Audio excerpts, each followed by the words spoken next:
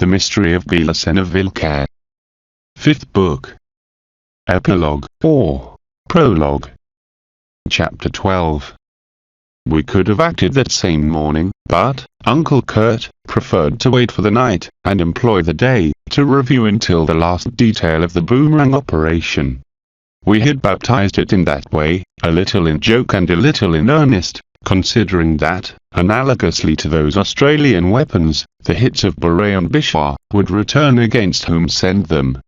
At the 19 hours, we were already charging the equipment, and we were preparing ourselves to leave.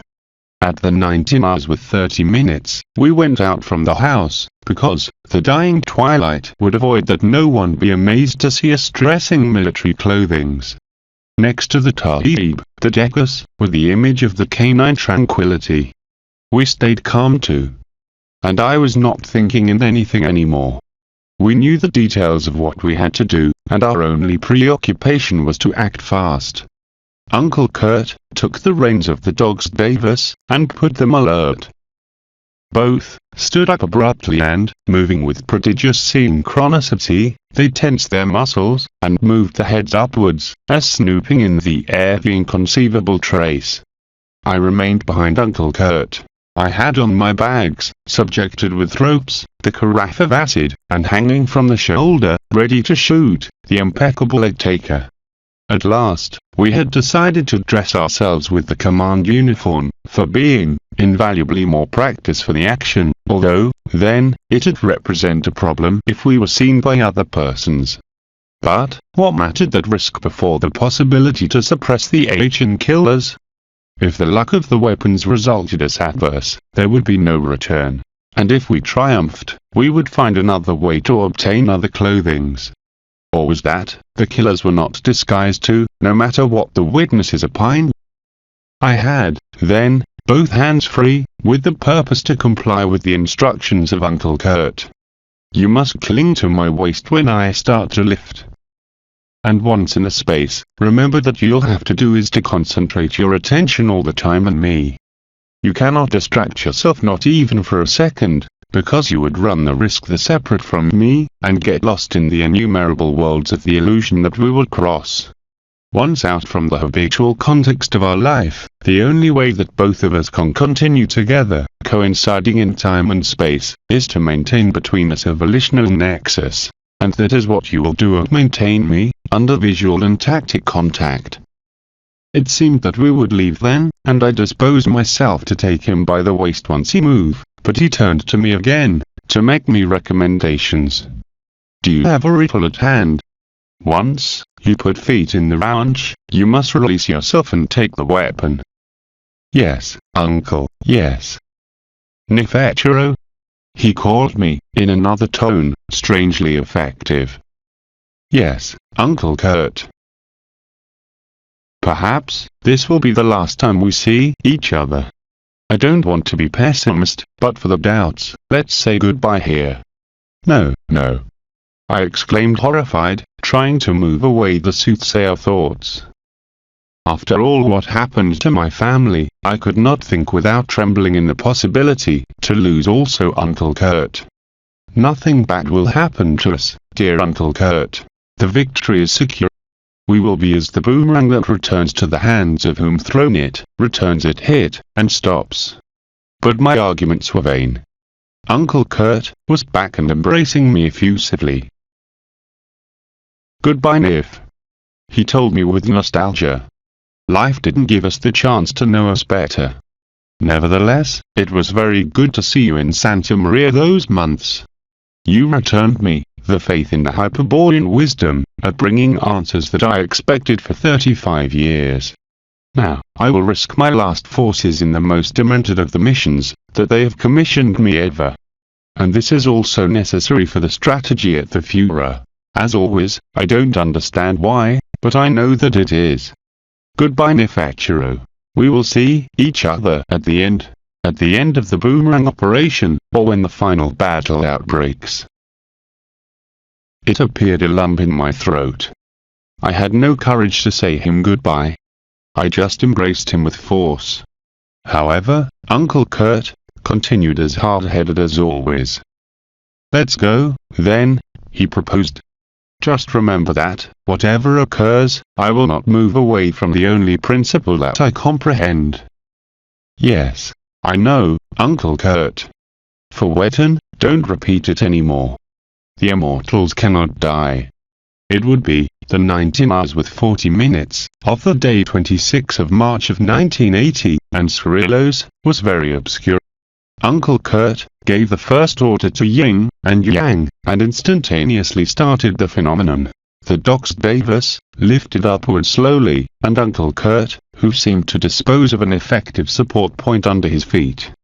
Such point of support didn't reach me, and, for that reason, I hurried to cling to his waist, remaining literally hanging in space, without any base, and noticing that Uncle Kurt shrugged, accusing my dead weight. The ascent was prolonged for some seconds, until I lost the notion of height. In the interim, I achieved to descry with the eye hole the peaks of the Taibos, the ceilings of the property, and, in a screen cut, the population of Cirillo's, artificially illuminated by the street lamps. We were not moving evenly, but the ascent was accelerated, in the measure that we gained height. In a given moment, Uncle Kurt, beyond the Klur and Epler, impressed the complex mental orders, and the docks Davis, without stopping their movement, realized this Vipulung. The order coming from the Eternal Spirit had whiplash effect, and, not only the docks Davis, I felt it too, and I verified the power, the terrible power that is capable to demonstrate a Hyperborean initiate, a man god. If I would have to refer to the time, I would say that the flight, through time and space, not lasted more than a second. However, such downfall into the most impenetrable blackness didn't transmit a sensation of temporality, but eternity, to be out from the life and death, and every lapse. After that instant without time, in which without any doubt, I experienced the impression of a jump, a decelerated descent began, during which, I distinguished the habitual objects again, skies, mountains, houses, trees, lights. The journey was composed, then, of here phases. 1. The accelerated ascent, with permanent perception of heaven and stars. The second, of the jumps Vadilung, properly said, in which I lacked of every contextual vision, except for Uncle Kurt. And the third, of decelerated descent, in which reassuringly, I encountered upon me the cosmic womb of the starry sky. It would be the 22 or 23 hours of the day March 22nd of 1980, when my feet touched the ground of the ranch of BELICENA VILLCA, in Tafudel Vale. I stepped on firm land, and, nevertheless, my knees loosened a little, until Uncle Kurt landed, whose feet were in all moment 1 meter above mine. I repeat that, I traveled hanging from his waist. But, once I recovered stability, I removed my hands from Uncle Kurt, and I wielded the attacker. I didn't finish reorienting myself, and I obeyed to his gesture that indicated me to crouch. Rapidly, all went gaining sense for me. We were barricaded behind an enormous black car. The car of the ancient killers. Uncle Kurt communicated me with a finger upon the mouth, to stay in silence, and then, he signalized towards the front, beyond the car. I glimpsed for over the hood, and I saw a house, at no more than 30 meters, shedding profuse light towards the exterior darkness, through a row of 3 lateral windows. It seems that the car was not parked parallel to the vertex of the angle of the house, what permitted us to dominate, apart for the windows of one side, the door of entrance situated on the other. The door, closed, was framing over a plane of 45 grades at the left, and we would have to arrive hither too.